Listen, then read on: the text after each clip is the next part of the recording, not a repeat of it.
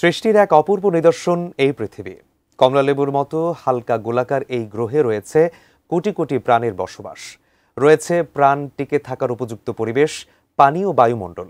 কিন্তু এই পৃথিবী যদি গোল না হয়ে বরং বর্গাকার হতো, তাহলেও কি একই পরিবেশ বিরাজ করত? বিস্তারিত শিহাব ইসলামের ডেস্ক রিপোর্টে। পৃথিবী যদি বর্গাকার হতো তাহলে চেনা এই জগৎ বদলে যেত একেবারে ভিন্ন রূপে। প্রথমেই যে বড় পরিবর্তন আসতো তা হলো অভিকর্ষে। গোল পৃথিবীতে অভিকর্ষ সুষমভাবে কাজ করে, কিন্তু বর্গাকার পৃথিবীর কেন্দ্রে অভিকর্ষ বল থাকতো সবচেয়ে শক্তিশালী, আর কোণাগুলো হতো দুর্বল। এর ফলে মানুষ সহ অন্যান্য প্রাণীর শরীরেও পড়তো অসম চাপ। মেরুদণ্ডে দেখা যেত অস্বাভাবিক টান, আর দৈনন্দিন চলাফেরাও হতো কষ্টসাধ্য।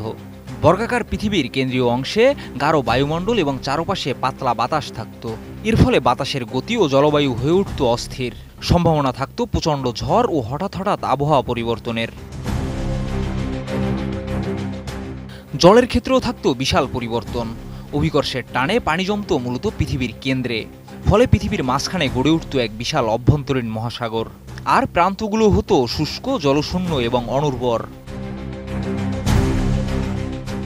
তাছাড়া বর্গাকার পৃথিবীর ভূগঠনে ও ভূ আলোড়নে বেশ নাটকীয় পরিবর্তন হয়ে যেত।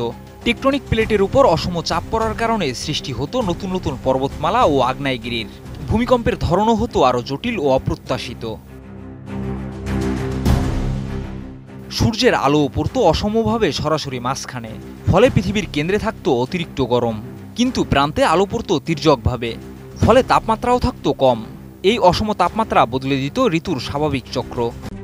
RICL TMX, যুগের পর যুগ স্থাপনা থাকে মজবুত।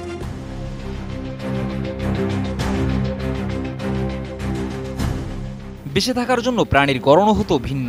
উচ্চতা কম, শরীর চওড়া, কম অভিকর্ষে টিকে থাকার মতো অভিযোজন থাকতো জীবজগতের প্রতিটি স্তরে।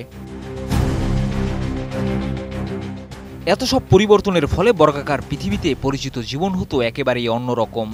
যদিও এটি কেবল কল্পনা, তবুও বিজ্ঞানের আলোকে ভাবতে শেখায় পৃথিবী যেমন আছে সেটি জীবনের জন্য সবচেয়ে উপযুক্ত।